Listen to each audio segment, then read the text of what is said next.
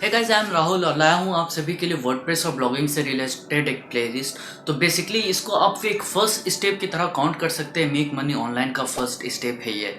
तो ये जो वीडियो है ये बेसिकली एक इंट्रोडक्टरी वीडियो जहाँ पे आपको बताऊंगा कि आपको इस पूरे प्लेलिस्ट में जो आपको क्वालिटी कंटेंट मिलेगा, जो प्रीमियम कंटेंट मिलेगा वो क्या है। और आई एम डैम श्योर कि इसमें जो आपको मिलेगा वो बहुत सारी चीज़ें शायद से आपको एक जगह इकट्ठा एक प्लेलिस्ट में शायद यूट्यूब पे कहीं और जो है वो नहीं मिलेगी। तो चलिए शुरुआत करते हैं कि हम इस पूरे प्लेलिस्ट में क्या कुछ देखेंगे।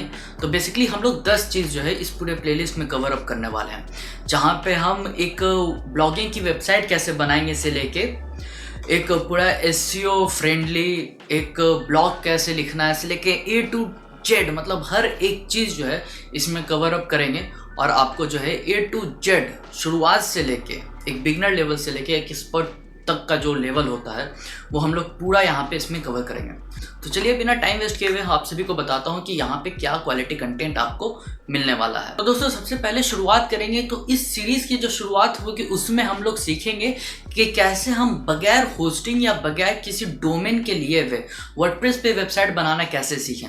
तो देखो बेसिकली क्या होता है कि यूजुअली आप ट्यूटोरियल्स देखोगे तो वो पहले होस्टिंग खरीदवा देते हैं, डोमेन खरीदवा देते हैं, तो वहाँ पे पैसा खर्च हो जाता है। तो शुरुआत में मुझे मालूम है कि आप लोगों के पास उतने पैसे नहीं है इसमें लगाने के लिए, तो हम पहले सीख लेते हैं कंटेंट कि कैसे क्या काम किया जाता है। पहले हम काम करना सीख लेते हैं, उसके बाद हम पैसे लगाएंगे।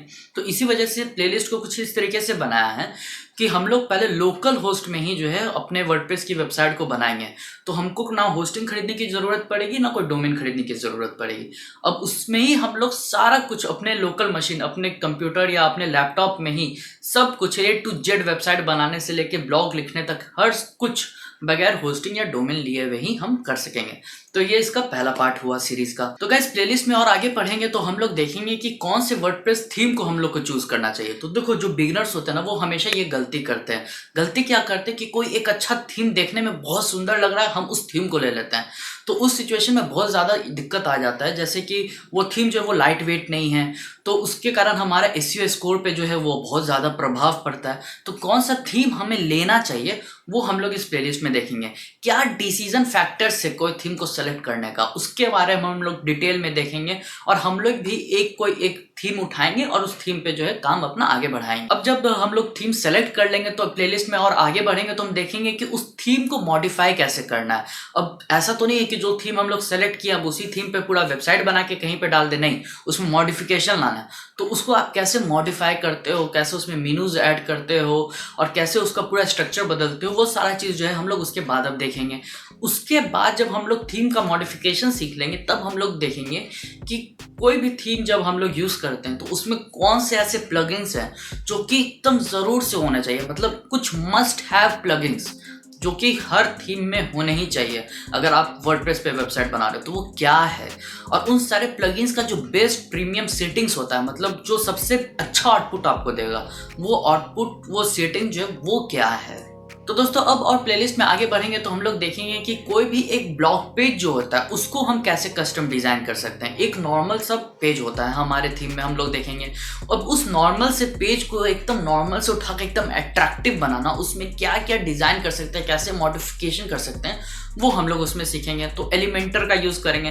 तो एलिमेंटर के यूज़ से कैसे पेज बिल्डर का यूज़ करके हम लोग क्या क्या मॉडिफिकेशन कर सकते हैं, वो सारी चीज़ें जो हैं हम लोग इस प्लेलिस्ट में सीखेंगे। और जब हमारा एक पूरा का पूरा ढांचा रेडी हो जाएगा कि हाँ एक ब्लॉग पेज डिज़ाइन हो गया, एक पूरा का पूरा वेबसाइट डिज़ाइन हो गया, तब हम लोग सीखेंगे ब्लॉगिंग के बारे में कि ब्लॉग लिखते कैसे हैं, टाइटल में आपको क्या क्या ध्यान रखना चाहिए, एक परमालिंक क्या होता है, उसके बाद कीवर्ड रिसर्च आपको कैसे करना है, क्या होता है लॉन्ग टेल कीवर्ड, क्या होता है शॉर्ट टेल कीवर्ड, क्या होता है ऑन पेज एसईओ, क्या होता है ऑफ पेज एसईओ।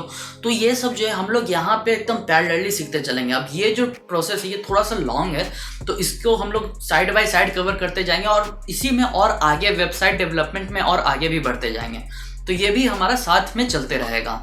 अब दोस्तों वर्डप्रेस की वेबसाइट में सिक्योरिटी जो है ये एक बहुत बड़ा इशू है, ठीक है। तो हम आपको सिखाएंगे कि कैसे सिक्योरिटी को इम्प्रूव किया जा सकता है। सबसे पहले हम आपको वर्डप्रेस की वेबसाइट में क्या कमियां हैं वो हम आपको दिखाएंगे। सिक्योरिटी जो अटैक है वो खुद परफॉर्म करके दिखाएंगे कि देखो ऐसा सिक्योरिटी अटैक होने से देखो क्या क्या दिक्कत हो सकता है, और फिर उस सिक्योरिटी अटैक से हम बचेंगे कैसे। मतलब उस तरीके का कोई अगर अटैक हो रहा है, कोई हैकर हमारी वेबसाइट पे हैक करने की कोशिश कर रहा है, तो उससे हम क्या बचें, क्या सेटिंग्स हमको अपने वर्डप्रेस की वेबसाइट में करना है जिससे हमारा साइट जो है ओवरऑल सेव रहे। तो वो सारी चीज़ें जो है वो भी हम लोग इस प्लेलिस्ट में जो है दिखेंगे। अब गाइज अगर एक बार जो हमारी सिक्योरिटी जो है वो इंश्योर हो जाएगी, तब हम लोग देखेंगे कि अब हम लोग को डोमेन कहाँ से खरीदना चाहिए। तो डोमेन खरीदने वक्त क्या क्या चीज़ें ध्यान में रखनी चाहिए, कैसे कोई नाम सेलेक्ट करना है, वो सारी चीज़ों के बारे में देखेंगे। अब डोमेन जो है वो भी कहाँ से खरीदेंगे, मतलब कहाँ से बेस्ट डील मिलता है। अब GoDaddy से बहुत सारे लोग जाकर डोमेन खरीद लेते हैं, उसके बाद वहाँ पे GoDaddy में क्या दिक्कतें आती हैं, GoDaddy के जगह आपको कहाँ से डोमेन लेना चाहिए, उन सारी चीज़ों के बारे में देखेंगे। फिर जब डोमेन हो जाएगा तो हम लोग होस्टिंग के बारे में देखेंगे कि होस्टिंग कहाँ से लेना है, शेयर्ड होस्टिंग क्या होता है, क्लाउड होस्टिंग क्या होता है उसके बारे में देखेंगे, कैप लिमिट क्या है, इन सारी चीज़ों के बारे में देखेंगे। और होस्टिंग खरीदने के लिए कौन से फैक्टर्स हमारे दिमाग में होना चाहिए, क्या क्या आइडिया हमें होना चाहिए, क्या क्या नॉलेज हमें होना चाहिए, वो सारी चीज़ों को हम लोग कवर करेंगे। और जब होस्टिंग और डोमेन हम लोग खरीद लेंगे तो इस प्लेलिस्ट के लास्ट में जो हमारे लैपटॉप में हम लोगों ने जो वेबसाइट रेडी करके रखा है उस वेबसाइट को हम लोग अपने लैपटॉप से निकाल के लाइव सर्वर पे जो है वो ट्रांसफ़र कर देंगे। तो ओवरऑल इस पूरे प्लेलिस्ट में जो है आपको वर्डप्रेस की वेबसाइट कैसे बनानी है वो सीखेंगे आपको ब्लॉगिंग करने के लिए क्या क्या चीज़ की ज़रूरत है वो सीखेंगे हम, वर्डप्रेस की सिक्योरिटी के बारे में सीखेंगे, और ब्लॉग को कैसे लिखा जाता है, पूरा हर एक चीज़ जो है हम लोग इसमें ओवरऑल जो है इस प्लेलिस्ट में कवर अप करने वाले हैं। तो दोस्तों आप जो ये प्लेलिस्ट जो है इसको आप बुकमार्क करके रख लेना, और यहाँ पे रोज़ आपको वीडियो मिलने वाला है। और अगर आपको लगता है कि इससे आपको कुछ क्वालिटी कंटेंट मिल रहा है तो डेफिनेटली आप इस प्लेलिस्ट को अपने फ्रेंड्स के साथ ज़रूर शेयर करें। उनके साथ तो ज़रूर शेयर करना भाई जिसको कुछ नया सीखने की चाह है, जो कुछ करना चाहता है, तो उन लोगों के साथ इसको ज़रूर शेयर करिएगा। तो दोस्तों आज के लिए सिर्फ इतना ही। आप इंतजार करिए मेरे नए वीडियो का। मिलता अगले दिन नए वीडियो में, तब तक के लिए खुश रहिए, मस्त रहिए। जय हिंद, वंदे मातरम।